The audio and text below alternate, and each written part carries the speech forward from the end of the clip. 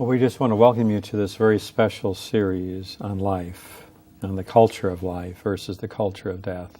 And we have with us, once again, Father Frank Pavone, the founding director of Priests for Life. And Father, both of us know Mother Teresa. Mm-hmm. And Mother Teresa made it so clear that there's just nothing worse than killing the unborn, the totally helpless, and then go to the other extreme to kill those that are dying, those elderly that don't have anybody to help them at that time.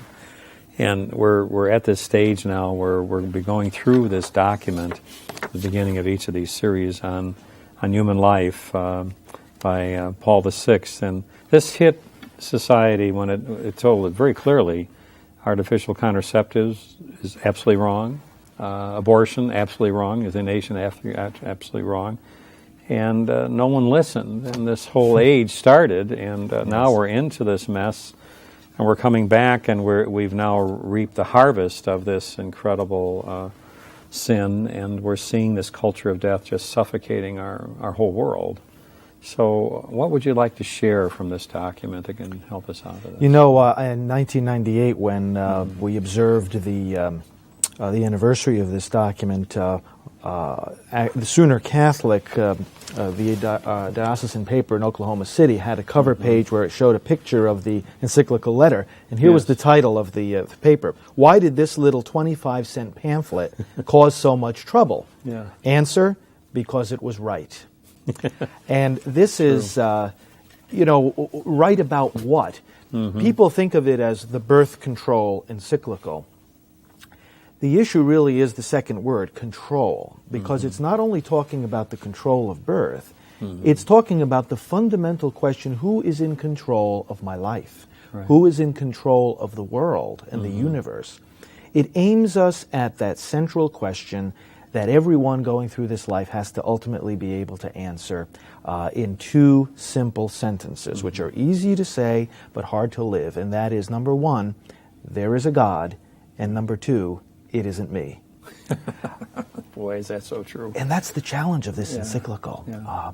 If I may read a sentence or two from it, in section 13, Paul VI wrote the following.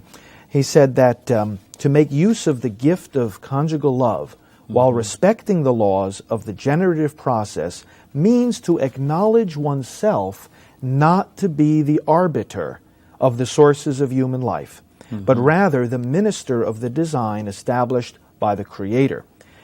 In fact, just as man does not have unlimited dominion over his body in general, so also with particular reason he has no such dominion over his generative faculties as such, because of their intrinsic ordination towards raising up life, of which God is the principle. Human life is sacred, Pope John the 23rd recalled. From its very inception, it reveals the creating hand of God. So if we understand that sentence, what he's saying is very simple.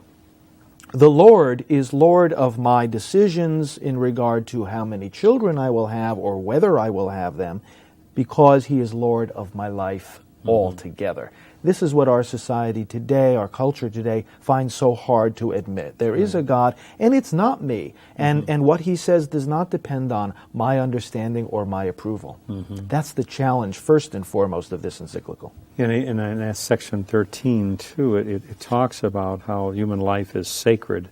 I mean that's the essence of it, what you were saying. It's sacred, and it's just the highest faculty that man has to participate with God in co-creating, cooperating, in bringing someone into the world that will live for all eternity. For all eternity. A child being worth more than the entire physical universe, all the galaxies, all the planets, everything that's out there.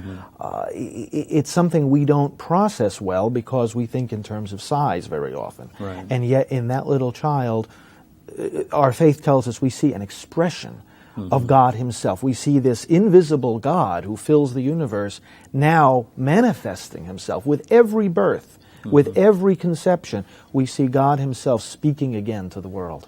Right. As you know, my wife recently passed away, and she's the mother of, we're parents of a large family. But actually, there was so much joy in her death even. It was a long death, but her children were there. Her grandchildren were around her.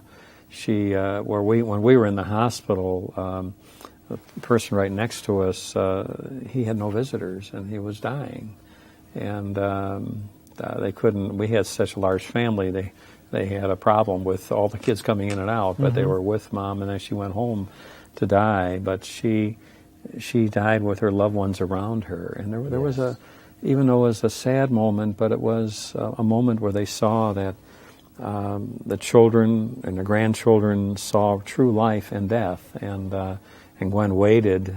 There's a picture here, but she waited for our last grandchild to come, because Sherry was having a child and Gwen didn't want to die before the grandchild arrived, and she was totally asleep and not talking. And the grandchild came. She woke up and smiled and held her and kissed her, and it's just incredible. That's beautiful. But it's a testimony to life. I speak not only for myself, I know I speak for many people when I say we're going to miss Gwen very much. And that is a profound symbolism in what you just told us, because in the Gospel of Life, our Holy Father says that we realize in Jesus that the very purpose of life is realized when it is given over to the Lord.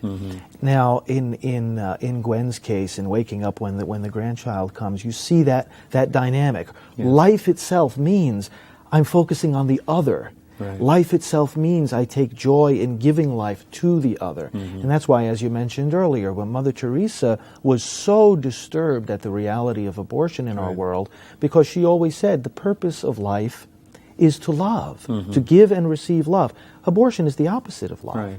Love says, I sacrifice myself for you. Abortion says, I sacrifice you for myself. Right.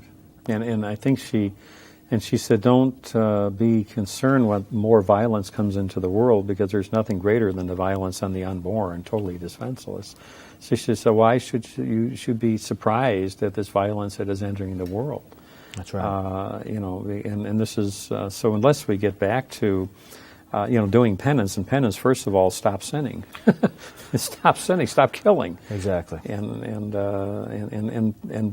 artificial contraceptives is the same thing. It's going against God's law, and we're, again, acting as gods. John Paul II said that for contraception to be right, you would have to say that God is not God. That's how profound, how foundational, and how unchanging this teaching is. Because it goes back to the very essence of who God is. God doesn't just sit there and say, don't do this, don't take birth control pills, don't do this or that. God says, this is who I am. We could no more change this teaching than we could change the nature of God himself. Right, so the church can't change this. The Pope has no authority to change this. No authority whatsoever. Because this is natural law, not man's law. And so we can't break it. Well, Father, we're going to be doing this series of 9, and we just want to thank you for your fidelity to this whole vision of life, and sacrificing your life to your young priesthood to bring this out to the people of God. God bless you. Thank you. And we'll be right back.